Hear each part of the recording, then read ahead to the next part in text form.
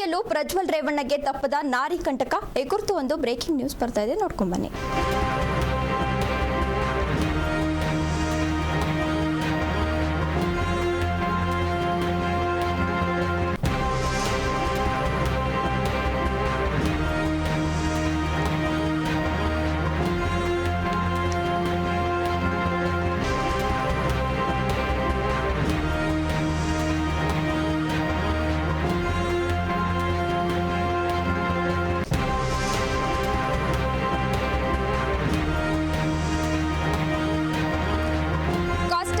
ಪ್ರಜ್ವಲ್ ರೇವಣ್ಣಗೆ ತಪ್ಪದ ನಾರಿ ಕಂಟಕ.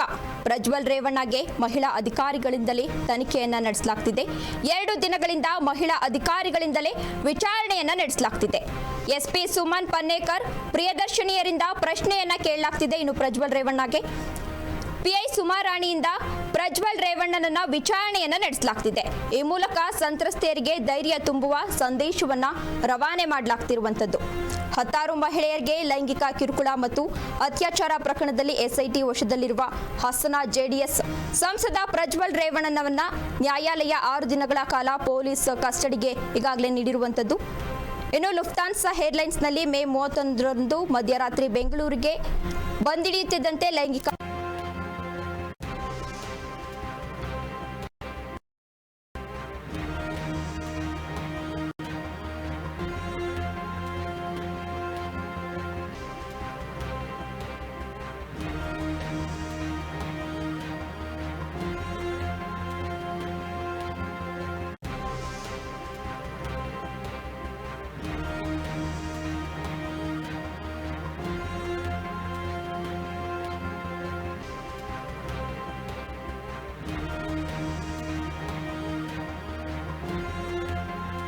ಮಹಿಳಾ ಅಧಿಕಾರಿ ಮತ್ತು ಸಿಬ್ಬಂದಿ ಹೆಗಲಿಗೆ ಈಗಾಗಲೇ ವಹಿಸಲಾಗಿತ್ತು. ಈ ಕುರಿತು ಎಲ್ಲ ಮಹಿಳೆ ಅಧಿಕಾರಿಗಳೇ ಪ್ರಜ್ವಲ್ ರೇವಣ್ಣನನ್ನ ತನಿಖೆಯನ್ನ ನಡೆಸಲಾಗ್ತಿದೆ. ಇನ್ನು ಇಂದು 3ನೇ ದಿನವೂ ಲೈಂಗಿಕ ದೌರ್ಜನ್ಯ ಪ್ರಕರಣದ ಆರೋಪಿ ಪ್ರಜ್ವಲ್ ರೇವಣ್ಣನನ್ನ ಎಸ್ಐಟಿ ಅಧಿಕಾರಿಗಳು ವಿಚಾರಣೆಯನ್ನ ನಡೆಸುತ್ತಿದ್ದಾರೆ. ಎಸ್ಐಟಿ ಅಧಿಕಾರಿಗಳು ಎಷ್ಟೇ ಪ್ರಶ್ನೆ ಕೇಳಿದ್ರೂ ಕೂಡ ಪ್ರಜ್ವಲ್ ರೇವಣ್ಣ ಸಮರ್ಪಕವಾಗಿ ಉತ್ತರ ನೀಡ್ತಿಲ್ಲ ಎಂಬ ಮಾಹಿತಿ ಕೂಡ ಲಭ್ಯವಾಗ್ತಿದೆ.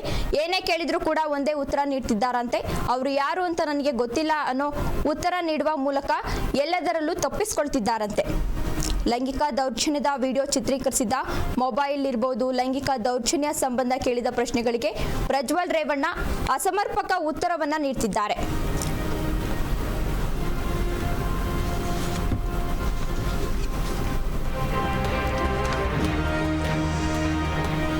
ಇಂದು ಪ್ರಜ್ವಲ್ನನ್ನ ಹೊಳೆನರಸೀಪುರಕ್ಕೆ ಕರೆದೊಯ್ಯುವ ಸಾಧ್ಯತೆ. ಸಮೀಕ್ಷೆಗಳ ಪ್ರಕಾರ ಈ ಬಾರಿ ಪ್ರಜ್ವಲ್ ಗೆಲ್ಲುವ ನಿರೀಕ್ಷೆ ಇದೆ. ಇನ್ನು ಪ್ರಜ್ವಲ್ ರೇವಣ್ಣ ಗೆದ್ದರೆ ಹಾಸನಕ್ಕೆ ಕರೆದೊಯ್ಯಲು ಕಷ್ಟವಾಗುತ್ತೆ. ಗೆದ್ದರೆ ಬೆಂಬಲಿಗರು ಅಭಿಮಾನಿಗಳು ಸೇರೋ ಸಾಧ್ಯತೆ ಕೂಡ ಇದೆ. ಹೀಗಾಗಿ ಸ್ಥಳ ಮಹಜರು ಮಾಡಲು ಎಸ್ಐಟಿ ಪ್ಲಾನ್ ಅನ್ನ ರೂಪಿಸಿದೆ. ಇವತ್ತು ನಾಳೆಯೊಳಗೆ ಸ್ಥಳ ಮಹಜರು ಮಾಡುವ ಸಾಧ್ಯತೆ ಕೂಡ ಇದೆ. ಇಂದು ಪ್ರಜ್ವಲ್ ರನ್ನು ಹೊಳೆನರಸೀಪುರಕ್ಕೆ ಕರೆದೊಯ್ಯುವ ಸಾಧ್ಯತೆ ಕೂಡ ಇದೆ. ಸಮೀಕ್ಷೆಗಳ ಪ್ರಕಾರ ಈ ಬಾರಿ ಪ್ರಜ್ವಲ್ ಗೆಲ್ಲುವ ನಿರೀಕ್ಷೆ ಇದೆ. ಪ್ರಜ್ವಲ್ ರೇವಣ್ಣ ಗೆದ್ದರೆ ಹಾಸನಕ್ಕೆ ಕರೆದೊಯ್ಯಲು ಕಷ್ಟ ಎನಿಸಬಹುದು. ಯಾಕಂದ್ರೆ ಗೆದ್ರೆ ಬೆಂಬಲಿಗರು ಅಭಿಮಾನಿಗಳು ಸೇರೋ ಸಾಧ್ಯತೆ ಹೆಚ್ಚಿದೆ. ಹೀಗಾಗಿ ಸ್ಥಳ ಮಹಜರು ಮಾಡಲು ಎಸ್ಐಟಿ ಪ್ಲಾನ್ ಅನ್ನ ಮಾಡ್ತಿದೆ.